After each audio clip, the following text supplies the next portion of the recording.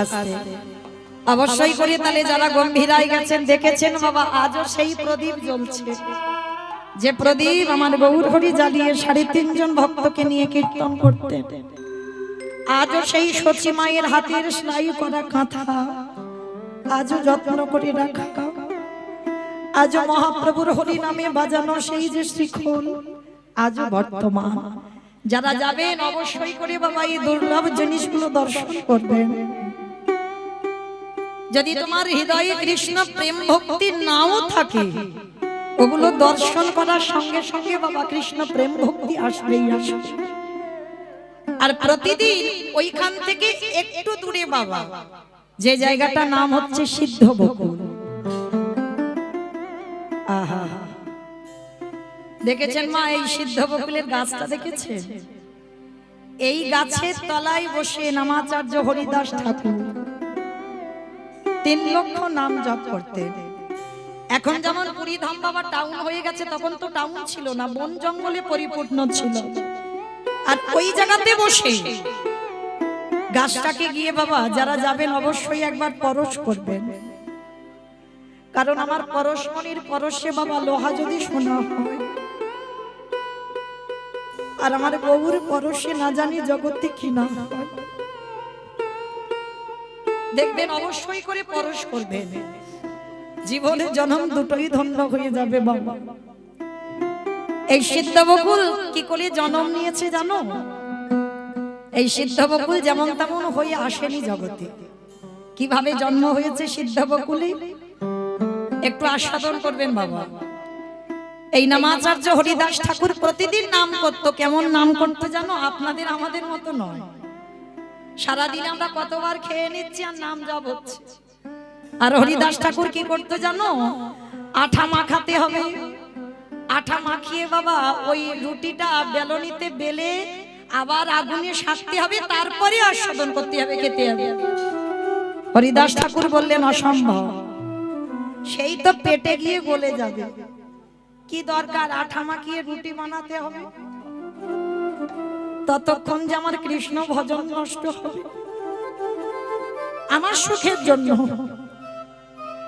আমার সুখের জন্য আমি কৃষ্ণ ভজন নষ্ট করতে পারবো না। হ্যাঁ, ওটা যদি আমার প্রভুর সুখের জন্য হতো নয় করতাম, কিন্তু প্রভু তো এগুলো পাবে না। তাহলে আমার ক্ষুধা নিবৃত্ত করার জন্য আমি ওই সময়টা ব্যয় করতে পারবো না। ওই জন্য গ্লাসে করে আঠা তুলে নিয়ে হরিদাস ঠাকুর খেয়ে নিত। এমনই একজন ভক্ত ছিল। আর যারা বাবা ভজন পথে যায় বাবা, অধিক আহার অধিক নিদ্রা এ দুটো হয় না। আর হরিদাস ঠাকুরের দেহতে বাবা একেবারে কঙ্কাল সার, একটা বহির্বাস আর একটা অন্তর্বাস। অর্ধেক দিন খায় না, অর্ধেক দিন খায় না, নাম জপ করতে করতে সারা দিন রাত কেটে যায়। ভগবান তো অন্তরে জানে। আপনার আমরা বলি বাবা আমাদের কষ্ট হলে আমার ভগবানের কষ্ট হয় না,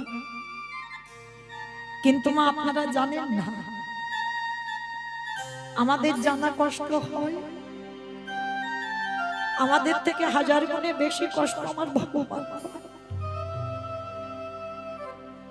তার একটা নাম হচ্ছে বাবা ভক্ত বাৎসল্য ভগবান।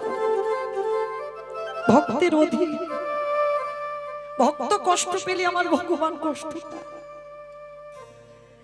আজকের এই যে মহাপ্রভু প্রতিদিন দেখে কত রাত খায় না হরিদাস। একদিন প্রভু আমার গম্ভীরা থেকে ওই হরিদাস ঠাকুরের কাছে গেছে। হরিদাস ঠাকুরের কাছে গিয়ে ডাকছে, হরিদাস, ও হরিদাস শোনো, তুমি এইভাবে যদি নাম জপ করো তুমি তো বেশি দিন বাঁচবে না, আহার তো কিছু করতে হবে। বলে প্রভু আহার করতে গেলে যে সময়টা চলে যাবে, আমার কৃষ্ণ ভজন হবে না। তা বললে কি হয়?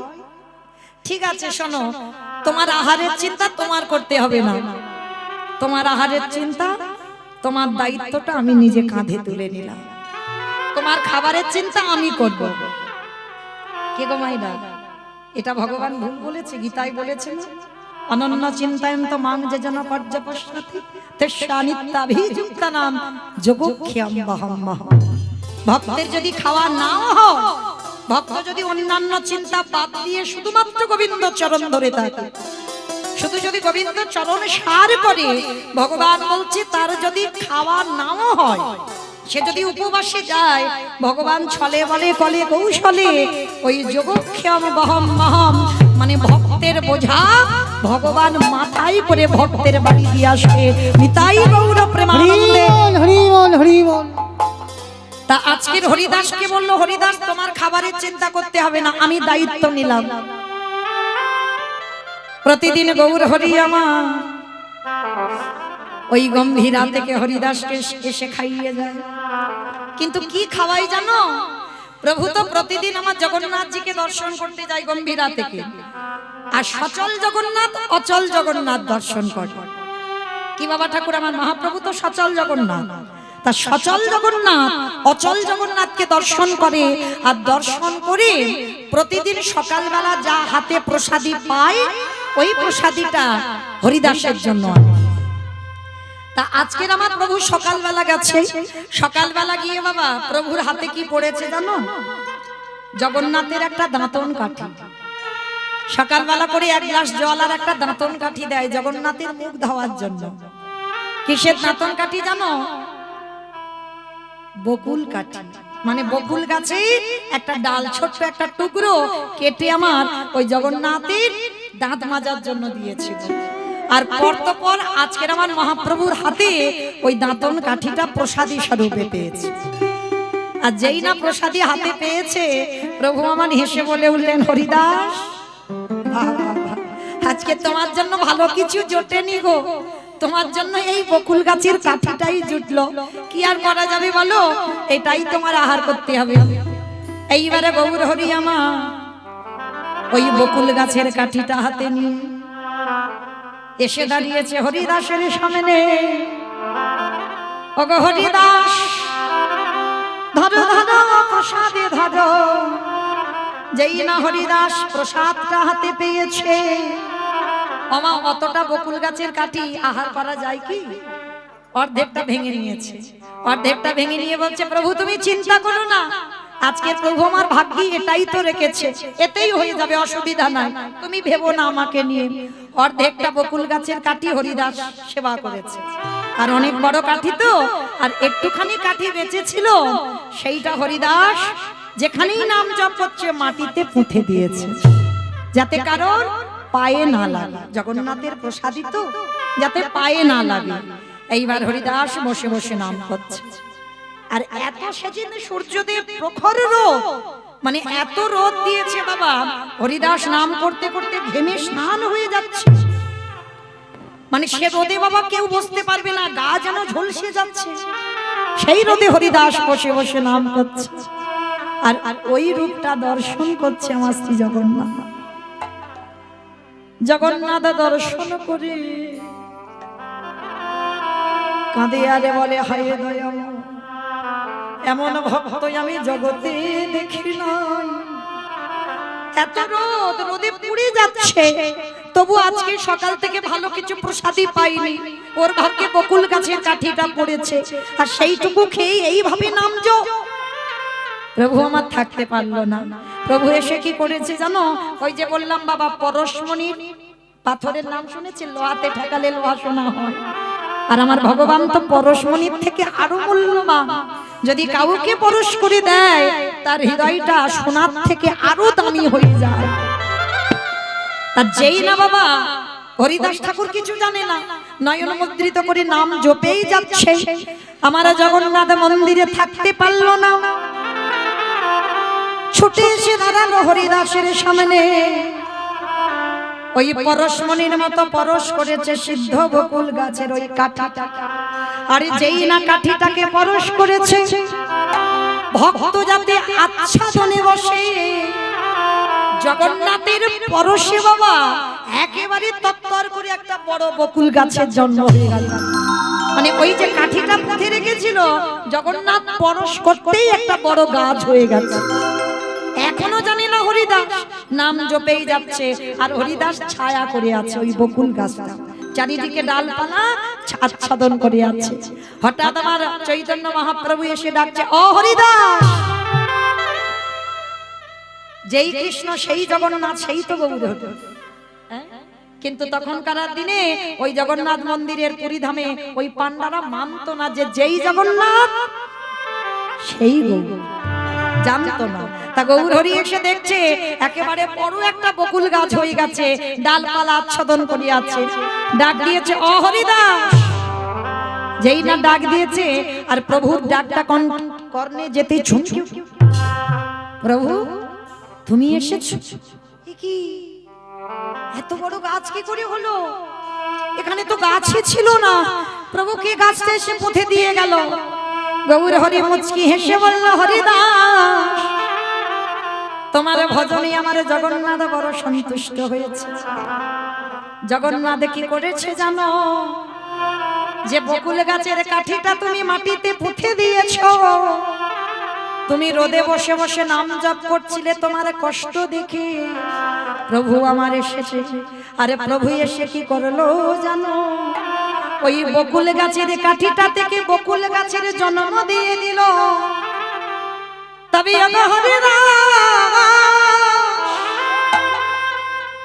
আজি এই বৃক্ষের নামে দিলাম সিদ্ধ বকুল। এটা আমার চৈতন্য মহাপ্রভুর নাম দেওয়া। আর মহাপ্রভু পরশ করে গাছটাকে বললেন, হরিদাস যতদিন এই পৃথিবী থাকবে ততদিন এই সিদ্ধ বকুলে থাকবে। আগত কলির ভক্তরা যদি কেউ আমার কাছে আসে, যদি কেউ এই গাছটাকে পরশ করে, সব কীর্তনিয়া এসে একটাই কথা বলে যাবে, হরিনাম শোনো, হরিনাম গাও, একাদশী করো, ভগবানের চরণে তুলসী দাও, তুলসী গাছে জল দাও, হরি ছাড়া গতি নাই। কি মা কীর্তনিয়ারা বলবে না? কিন্তু কীর্তনিয়ারা যেটা বলবে সেটাই যে সব ঠিক তাই তো নয়। কীর্তনিয়ারা যারা যারা বলছে বাবা সব ঠিক তা নয়। কীর্তনিয়ারা যে কথাগুলো বলবে বাবা একবার হৃদয়ঙ্গ করতে হবে। এই যে আমরা কীর্তনিয়ারা বলছি বাবা হরি ছাড়া গতি নাই, সত্যি কি গতি আছে? ভালো করে একটু মিলিয়ে দেখেন। বাস্তবে যে যত বড় ধনী হও না কেন, যারে যত টাকা থাকুক না কেন, যারে যত অর্থ থাকুক না কেন, কেউ যদি সারা জীবন দিল্লি বম্বে কাটায়, কেউ যদি সোনার পালঙ্কে ঘুমায়, কেউ যদি টাকার বিছানায়ও ঘুমায়, তবু মনে রাখো মা শেষের দিনে এরা তোমার আপন কেউ নয়। যাদের আগলে বসে আছো, যাদেরকে নিয়ে বাবা কীর্তন শুনতে এসেছো, কেউ তোমার নয়। ও যত আমার আমার করো না কেন, ছেলে আমারে, মেয়ে আমারে, জায়গায় আমারে, জমি আমারে, বিষয় আমারে, বৈভব আমার, সব আমার আমার আমার। আমরা জানি মা সবাই, কিন্তু জেনে না জানার ভান করি, আমরা জ্ঞান পাপী বাবা। মহাপ্রভু বলছে কলির জ্ঞান অন্ধজীব, এরা জ্ঞানী, কিন্তু জ্ঞানী হয়েও এরা মাঝে মাঝে অজ্ঞান হয়ে যায়। আমরা যারা গীতা ভাগবত জ্ঞানী বাবা এখানে সবাই জানি, পৃথিবীতে যা যা কিছু দেখছো সব অনিত্য। যেটা আজকে তোমার আছে সেটা কালকের অন্য কারোর হয়ে যাবে। তাহলে সব যদি অনিত্য হয়, নিত্য বস্তু হচ্ছে আমার গৌর গোবিন্দ চরণ। তাহলে আসল সার বস্তু যদি আমার গোবিন্দ চরণ হয়, তাহলে কাদের জন্য বাবা সকাল থেকে আর রাত্রিতে ঘুমাতে যাওয়া পর্যন্ত আমার আমার করে তুমি কৃষ্ণ ভজন ভুলে যাচ্ছ? কৃষ্ণ ভজিবার তারে সংসারে আয়ন, মিছে মায়ায় বদ্ধ হয়ে বৃক্ষ সম হইল। এ দেহটা বাবা শুধু স্বামী সেবার জন্য নয়, এ দেহটা শুধু ছেলে পুলে মানুষ করবার জন্য নয়, এ দেহটা শুধু সংসারের কাজ করবার জন্য নয়, এ দেহটা কৃষ্ণ ভজন করবার জন্য। কারণ মনে রেখো বাবা, এই জনমটাকে কিন্তু মহাপ্রভু বলছে দুর্লভ জনম। কোন জনমটাকেই বলছে না দুর্লভ জনম। ভালো করে একটু তাকিয়ে দেখেন, 84 লক্ষ জনই আমাদের জনম। 80 লক্ষ জনই বাবা আমরা সবাই পার করে এসেছি। এখানে যারা বসে আছেন, যারা দাঁড়িয়ে আছেন, আমি কীর্তনিয়া সম্প্রদায়, 80 লক্ষ জনম হয়ে গেছে আমাদের। মানে কত রকম বাবা পোকা মাকড় পিঁপড়ে ফড়িং কত কিছু হলাম, গাছপালা নদ নদী সব হলাম, 80 লক্ষ বার। আর সেই 80 লক্ষ বার কাটিয়ে আমাদের 4 লক্ষ বার মানব জন্ম। এই জন্মটাকে বলছে দুর্লভ জন্ম। কেন? ভালো করে বিচার করে দেখেন মা, পশু পাখি খাই, আমরা মানুষ জাতি আমরাও খাই। পশু পাখি সন্তান জন্ম দেয়, আমরা মনুষ্য কুলে জন্ম নিয়ে আমরাও তো সন্তানের জন্ম দিই।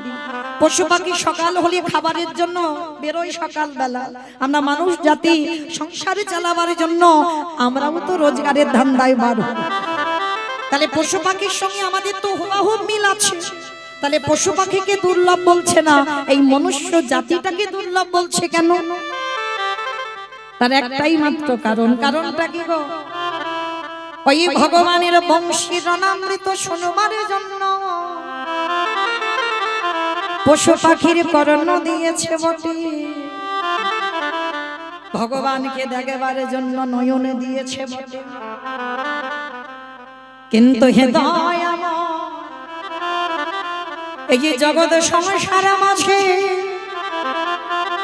এই মনুষ্য কুলে জন্ম নিয়ে আমরা শুধু দেখবার জন্য নয়ন পেলাম না, আমরা শুনবার জন্য কর্ণ পেলাম না, আমরা ভগবানের নাম বলবার জন্য বদন পেলাম।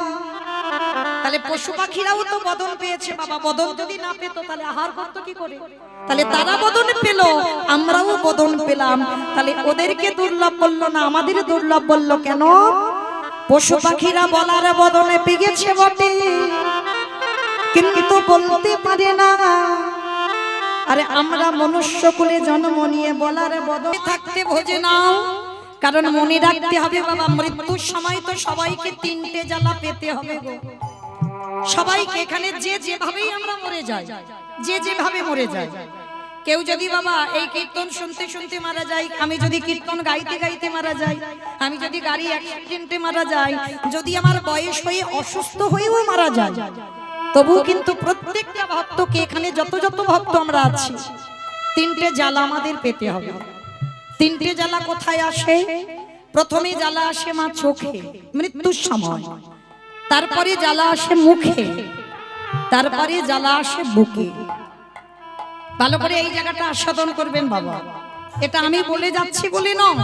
যদি কোনো ব্যক্তি অসুস্থ হয়ে মারা যায়, সেই অসুস্থ ব্যক্তির একটু পাশে বসে দেখবেন, মৃত্যুর সময় বোঝা যায়, দেখবেন কি বাবা, ফোনে ফোনে খবর হয়ে যায়, সবাই চারিদিকে ঘিরে বসে যায়, যায় কি না? অনেক বয়স হয়েছে তো এবার যাবার দাগ এসেছে।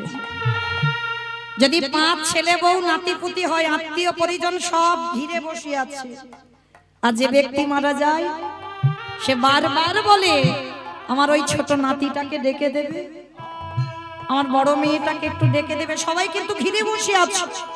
তথাপি যিনি মারা যাচ্ছেন বাবা বারবার তাদেরকে ডাকছে কেন? ভগবান তখন হাসে, কেন জানো? হরে কলির জ্ঞানন্ধজি, এতদিন ওদের আগলে কৃষ্ণ ভজন ভুলেছিস, আজ যখন ঘরে যাবার সময় হলো, এখনো বদনে কৃষ্ণ নাম না বলে বড় ছেলে, মেজ ছেলে, ছোট ছেলে এখনো খুঁজে যাচ্ছিস। বলে তো এসেছিলিস জগতে যাব, কৃষ্ণ চরণের দাস হব, হয়ে গেলি মায়ার দাস। তাহলে যাবার সময় হলো, তবু এখন ছেলে বউ নাতিপুতিকে খুঁজে যাচ্ছিস। ভগবান অভিমান করে মৃত্যুর সময় বাবা চোখে একটা পর্দা ফেলে দেয়। দেখবেন যে ব্যক্তি মারা যায় সবাই বসে থাকে, কাউকে দেখতে পায় না। বারবার বলি আমার বড় ছেলে, মেজ ছেলে, ছোট নাতি, ছোট মেয়ে খুঁজে বেড়ায়। তাই ভগবান চোখে পর্দা ফেলে দিল, চোখের যন্ত্রণা এলো। এইবার যখন যাবার সময় হয়, জন্তু দেশে বাবা বুকে চেপে ধরে। আরে এমন বুকে চেপে ধরবে না, তুমি যে কাউকে কিছু কথা বলবে সেই বলার ভাষাটুকু পাবে না, তোমার ওই কণ্ঠে কপ থুতু এসে আটকে যাবে।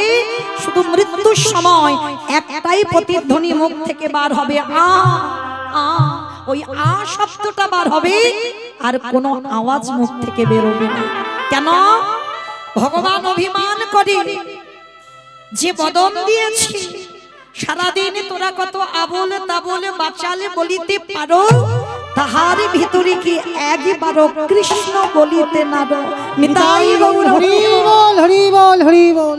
সারাদিন কত কুখাদ্য খেলি, কত কুভাষা বললি, কত কুসঙ্গ করলি, ওই জিহ্বাই তো কৃষ্ণ নাম বললি না। তাহলে বাবা বদনে যন্ত্রণা, বুকে যন্ত্রণা, চোখে যন্ত্রণা সবাইকে পেতে হবে, কিন্তু ত্রিজগতে একজন ভক্ত এই তিনটে জ্বালা পায়। ত্রিজগতে একজন ভক্ত পাই, ভাবতে পারছেন? এই ত্রিজগৎটা বাবা কম নয়, কত ভক্ত আছে, তাহলে এত ভক্তের মধ্যে একজন ভক্ত এই জ্বালাটা পায়, সে কে জানো? যারা গেছেন জগন্নাথ ধাম, পুরী ধাম, লীলাচল, শ্রীক্ষেত্র। কি গো মায়েরা, কতজন পুরী ধামে গেছেন? একবার হাতটা তোলেন তো দেখে। বাহ, অনেক ভক্ত গেছে। আচ্ছা, যারা যারা গেছেন দেখেছেন বাবা রাধাকান্ত মঠ, গম্ভীরা, কতজন দেখেছেন গম্ভীরা? এবার হাতটা তোলে। ওই দেখো আস্তে আস্তে কমে যাবে। আচ্ছা, কতজন সিদ্ধ বকুল দেখেছো? একবার হাতটা তোলো। দেখেছো? আরো কমে যাচ্ছে। কেন? মানে সমুদ্রে যাওয়া মানে বাবা শুধু পাল্টি খাওয়া নয়, অনেক অনেক মূল্যবান সম্পদ আছে যেটা আজও পুরী ধামে সাক্ষাৎ। অনেক মূল্যবান সম্পদ। যারা যাবেন একেবারে মন্দিরের কাছাকাছি বাবা গম্ভীরা, যে গম্ভীরাটা হচ্ছে রাধাকান্ত মঠ, হ্যাঁ, মহাপ্রভু 3.5 জন ভক্ত, স্বরূপ দামোদর, রাই রামানন্দ আর শিখি মাইতি। আর শিখি মাইতির একটা বোন ছিল যার নাম হচ্ছে মাধবী দাসী, 60 বছরের বৃদ্ধা নারী। এই নারী জাতিদের পাপ ফেললেই অপরাধ মা, নারী কুলে জন্ম তো। এই মাধবী দাসী 3.5 জন ভক্ত কেন বলা হলো জানো? এই 3 জন ভক্ত বাবা পুরুষ, আর শিখি মাইতির বোন তো মাধবী দাসী, মানে নারী মানে অর্ধেক, হ্যাঁ, নারী মানে অর্ধেক। আর এই 60 বছরের বৃদ্ধা মাধবী দাসী দূর থেকে, আড়াল থেকে মহাপ্রভুকে দর্শন করত। 60 বছরের বৃদ্ধা, আর নয়ন জলে কাঁদতো, গৌরে এই নারী কোলে জন্ম দিয়েছো বটে, তুমি সন্ন্যাসী হয়েছো, তোমার সাক্ষাতে যেবারে অধিকার আমার নেই, তবে তোমার চরণে আমি জানাই রাখলাম, এই জন্মে আমার গৌরের সেবা হলো না, এই জন্মে আমার গোবিন্দ সেবা হলো না। আবার যদি কোনোদিন আমি মনুষ্য কুলে আসি, হে গৌর হরি, তুমি আমারে যে কুলে জন্মে দাও না কেন, আমি যেন এই করে গৌরের সেবা, গৌরের সেবা করিতে পারি। নিতাই প্রভু যে কুলে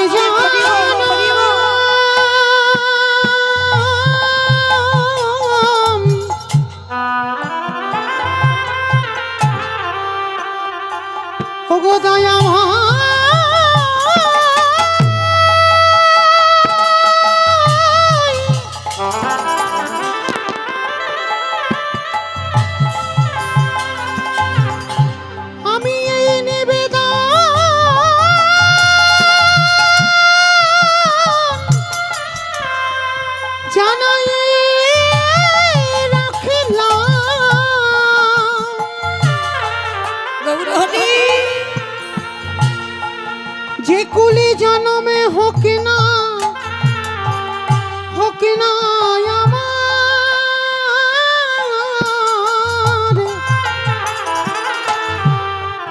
সেদিনই যেন হা গৌরে বলে,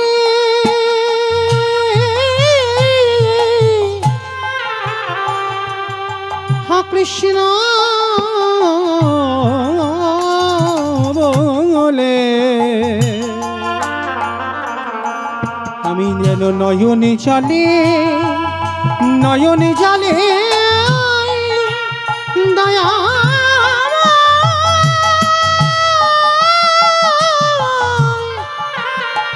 নয়নে জলে ভাসিতে পারি। পেয়েছি বটে, কিন্তু হেলায় হেলা আমরা হারায়ে দিলাম। নিতাই কৃষ্ণ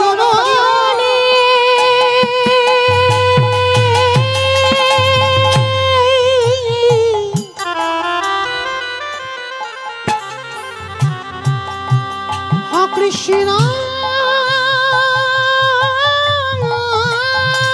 বলে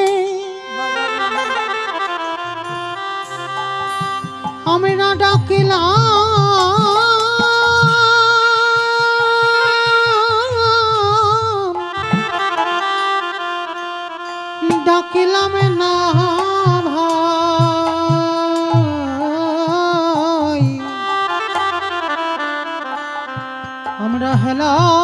বেলায় জনম সাধের জনমে হারায়ে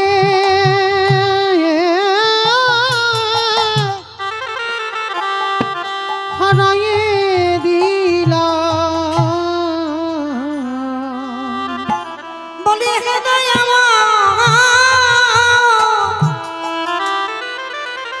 এই মনুষ্য জীবনে এলাম বটে ভজন করবার জন্য দেহ পেলাম বটে তোমার চরণে তুলসী দেবার মতো দুটো হাত পেলাম বটে তোমার স্থানে যাবার জন্য দুটো চরণে পেলাম বটে কিন্তু এই ভজন যোগ্য দেহ পেয়ে আমরা হরি বলে গে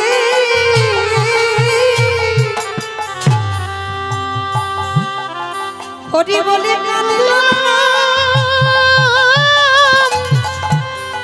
কাঁদিলাম না ভাই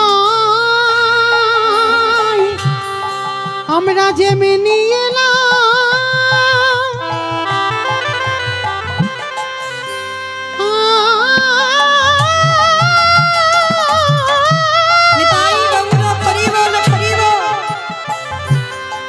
আমরা যে মেনিয়ে গেলাম তেমনি গেলাম একেবারে হরি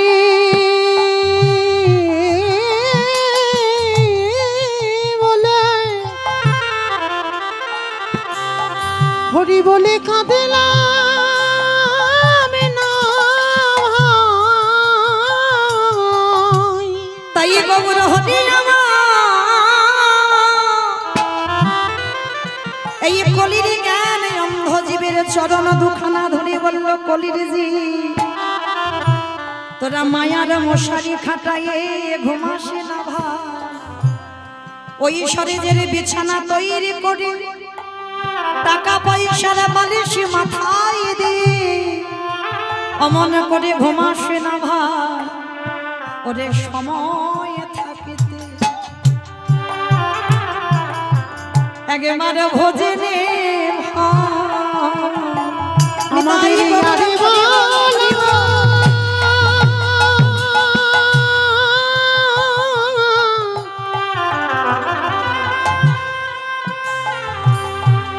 আমাদের আরে বলো বলা হয় বা না হয়। একেবারে সময় থাকতে তোরা ভোজে আমায়রা কেন বলছি সময় তারে কৃষ্ণ প্রেম ভক্তি উদয় হয় গো নিতাই গৌর সিদ্ধ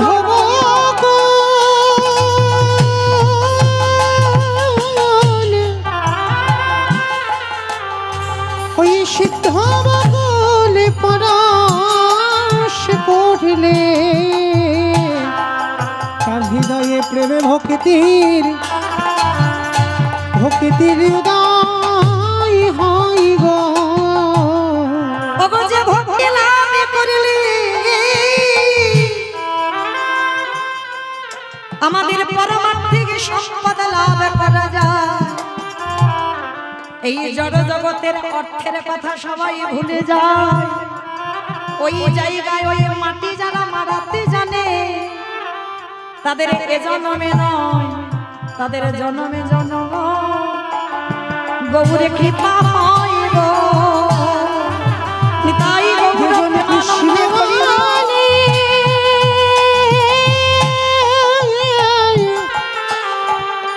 ওই মাটিতে চরণ দেই গো তার জনমে জনম গৌরী কৃপা হয় গো সেই হরিদাস ঠাকুরের যখন যাবার সময় হলো হরিদাস ঠাকুর বলেছিল প্রভু যারা বাবা ভজনীয় হয় সাধনীয় হয়